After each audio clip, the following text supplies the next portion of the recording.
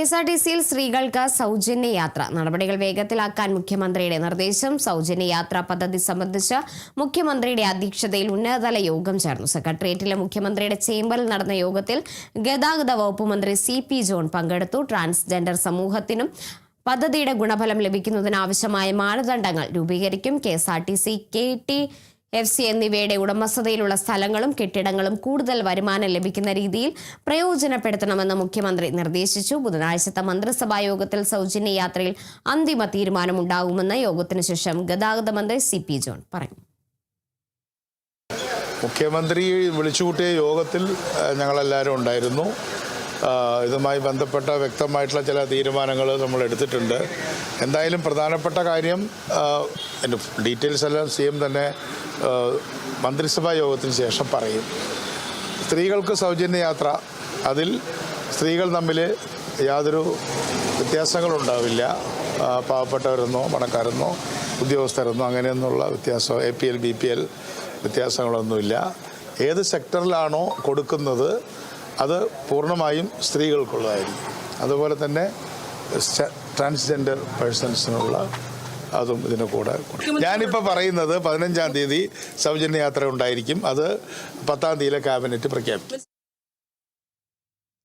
CMRL Exalogic കേസിൽ വീണ ടിക്കെതിരെ SFIO കണ്ടെത്തിയ തെളിവുകൾ ആവശ്യപ്പെട്ടുള്ള EDയുടെ അപേക്ഷ PMLA കോടതി ഉച്ചയ്ക്ക് ശേഷം പരിഗണിക്കും. വീണ വിജയനും CMRLും തമ്മിൽ 2016 ഒപ്പുവെച്ച കരാർ ഉൾപ്പെടെ 134 രേഖകൾ കൈമാറണമെന്നാണ് ഹർജിയിലെ ആവശ്യം.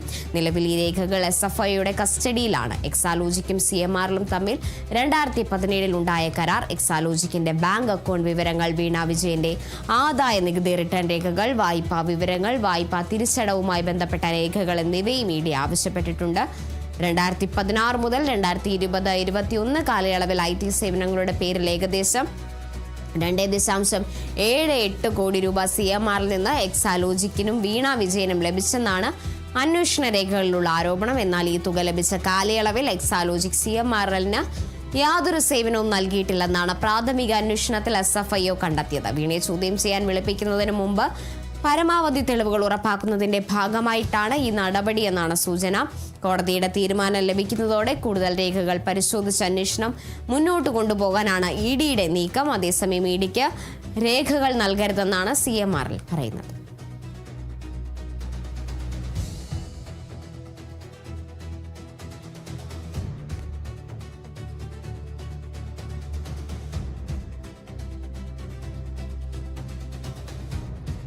വടകരയിലെ കാഫിർ സ്ക്രീൻഷോട്ട് കേസിൽ DYFI നേതാവ് റിബേഷിന്റെ ചോദ്യം ചെയ്യൽ പൂർത്തിയായി. ഈ മാധ്യമങ്ങളോട് റിബേഷ് പ്രതികരിച്ചിട്ടില്ല. മനീഷിന്റെയും അതുലിന്റെയും ചോദ്യം ചെയ്യൽ തുടരുകയാണ്. റിയാസ് KMR ഉണ്ട് വിവരങ്ങളുമായി. റിയാസ്, എന്തായാലും ഈ കാഫിർ സ്ക്രീൻഷോട്ട് കേസിൽ റിബേഷിന്റെ ചോദ്യം ചെയ്യൽ നിലവിൽ പൂർത്തിയായിരിക്കുകയാണ്. എന്തെല്ലാമാണ് ലഭിക്കുന്ന വിവരങ്ങൾ?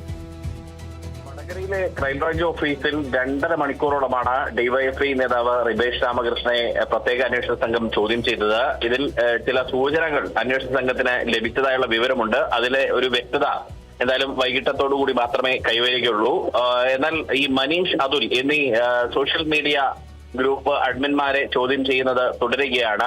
ഈ ഇടത് അനുകൂല സോഷ്യൽ മീഡിയ ഗ്രൂപ്പിൽ നിന്നാണ് ഈ ലോക്സഭാ തെരഞ്ഞെടുപ്പ് സമയത്ത് വടകരയിലെ വ്യാജ കാഫിർ സ്ക്രീൻഷോട്ട് പ്രചരിച്ചത് എന്ന നിഗമനത്തിലാണ് പ്രത്യേക അന്വേഷണ സംഘമുള്ളത്. അതിന്റെ ഭാഗമായിട്ടാണ് നേരത്തെ തന്നെ ആരോപണ വിധേയനായിട്ടുള്ള വടകര DYFI ബ്ലോക്ക് പ്രസിഡന്റ് ആയിട്ടുള്ള ഈ റിബേഷ് രാമകൃഷ്ണനെ പ്രത്യേക അന്വേഷണ സംഘം ഇന്ന് ചോദ്യം ചെയ്തത്. 2.5 മണിക്കൂറോളമാണ് റിബേഷിന്റെ ചോദ്യം ചെയ്യൽ നടന്നത്. അതിനുശേഷം അദ്ദേഹം മാധ്യമങ്ങളോട് പ്രതികരിക്കാൻ തയ്യാറായില്ല. അദ്ദേഹം പിന്നീട് ഒരുപക്ഷെ CPIM നേതാക്കളുടെ എല്ലാം സാന്നിധ്യത്തിൽ വാർത്താ സമ്മേളനം നടത്തുമെന്നുള്ള സൂചനകളാണ് ലഭിക്കുന്നത്. വാർത്താ സമ്മേളനം ഇന്നുണ്ടാകാനുള്ള സാധ്യതയുമില്ല.